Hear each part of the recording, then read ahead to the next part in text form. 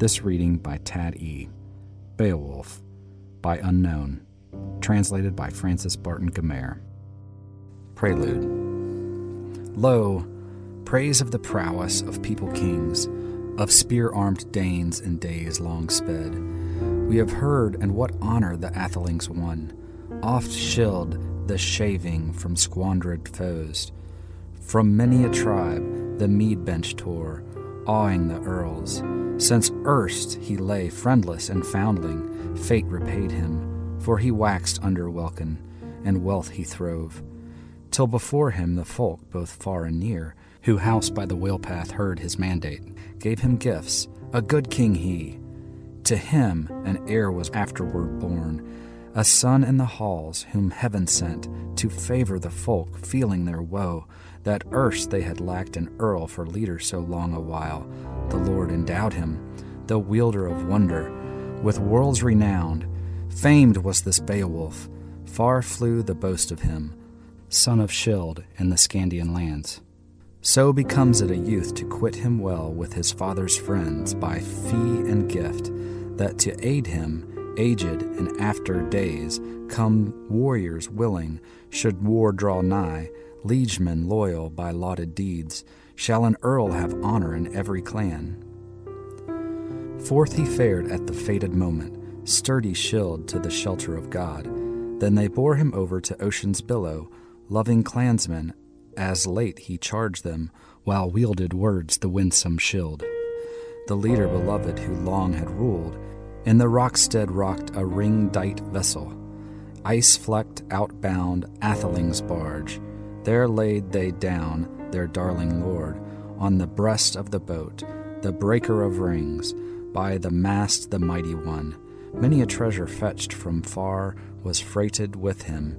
No ship have I known so nobly dight, with weapons of war and weeds of battle, with breastplate and blade.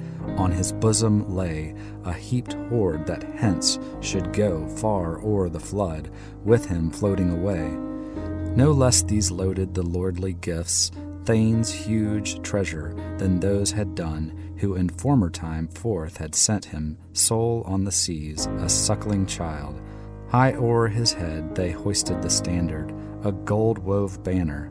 Let billows take him, gave him to ocean. Grave were their spirits, mournful their mood, no man is able to say in sooth, no son of the halls, no hero 'neath heaven, who harbored that freight. 1. Now Beowulf bode in the burge of the Scyldings, leader beloved, and long he ruled in fame with all folk, since his father had gone away from the world till awoke an heir, haughty Halef Dana, who held through life, sage and sturdy, the Scyldings glad. Then one after one there woke to him the chieftain of clansmen, children four, Hrothgar, then Hrothgar, then Helga brave, and I heard that Blank was Blank's queen, the Heatho-Skilfing's helpmate dear. To Hrothgar was given such glory of war, such honor of combat, that all his kin obeyed him gladly, till great grew his band of youthful comrades. It came in his mind to bid his henchmen a hall uprear, a master mead-house, mightier far than ever was seen by the sons of earth. And within it, then, to old and young, he would all allot that the Lord had sent him, save only the land and the lives of his men. Wide, I heard, was the work commanded, for many a tribe this mid-earth round to fashion the folkstead. It fell as he ordered, in rapid achievement, that ready it stood there of halls the noblest. Hay-o-Rot he named it, whose message had might in many a land, not reckless of promise, the rings he dealt treasure at banquet. There towered the hall, high, gabled wide, the hot surge waiting of furious flame. Not far was the day when father and son-in-law stood in feud for warfare and hatred that woke again. With envy and anger, an evil spirit endured the dull in his dark abode, that he heard each day the din of revel high in the hall. There harps rang out, clear song of the singer.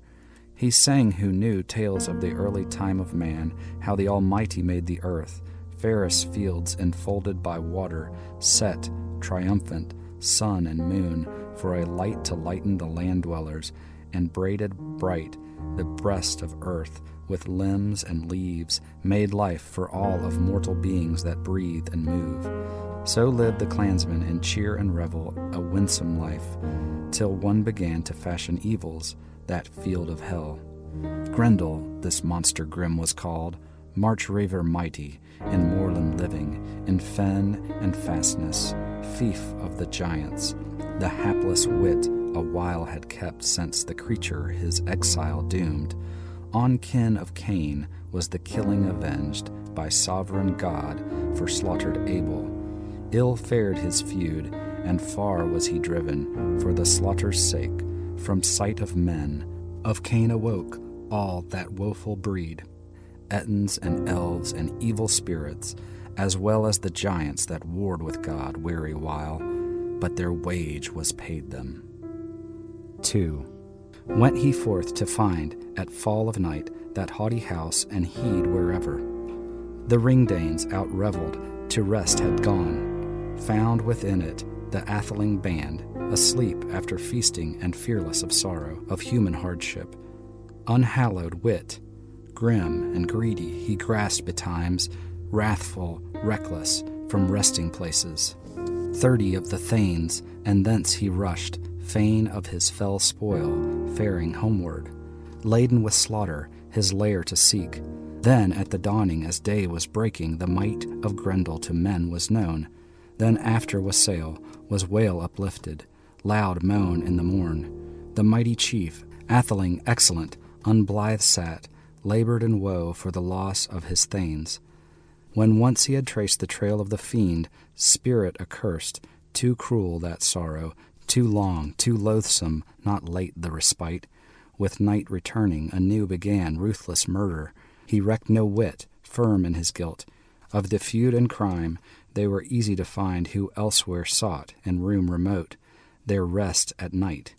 Bed in the bowers, when that bale was shown, was seen in sooth, with surest token, the hall thanes' hate. Such held themselves far and fast, who the fiend outran. Thus ruled unrighteous, and raged his fill, one against all, until empty stood that lordly building, and long it bode so. 12 years tide the trouble he bore, sovereign of Scyldings, sorrows and plenty, boundless cares. There came unhidden tidings true to the tribes of men in sorrowful songs, how ceaselessly Grendel harassed Hrothgar, what hate he bore him, what murder and massacre many a year, feud unfading. Blank refused consent to deal with any of Daneland's earls, make pact of peace or compound of gold. Still less did the wise men ween to get great fee for the feud from his fiendish hands. But the evil one ambushed old and young, death's shadow dark, and dogged them still, lured or lurked in the livelong night. Of misty moorlands men may say not where the haunts of these hell runes be. Such heaping of horrors the hater of men, lonely roamer, wrought unceasing, harassings heavy. O'er Heyo wrought he lorded, gold, bright hall, and gloomy nights, and ne'er could the prince approach his throne. 'Twas judgment of God, or have joy in his hall. Sore was the sorrow to Scyldings' friend, heart-rending misery. Many nobles sat assembled and searched out counsel, how it were best for bold-hearted men against harassing terror to try their hand. Whiles they vowed in their heathen fanes altar offerings, asked with words that the slayer of souls would succor give them for the pain of their people. Their practice this, their heathen hope, 'twas hell they thought of in mood of their mind. Almighty they knew not, doomsman of deeds and dreadful Lord, nor heaven's helmet heeded they ever, wielder of wonder. Woe for that man who in harm and hatred hales his soul to fiery embraces, nor favor nor change awaits he ever, but well for him that after death day may draw to his Lord and friendship find in the Father's arms. End of section 1. Recording by Tad E.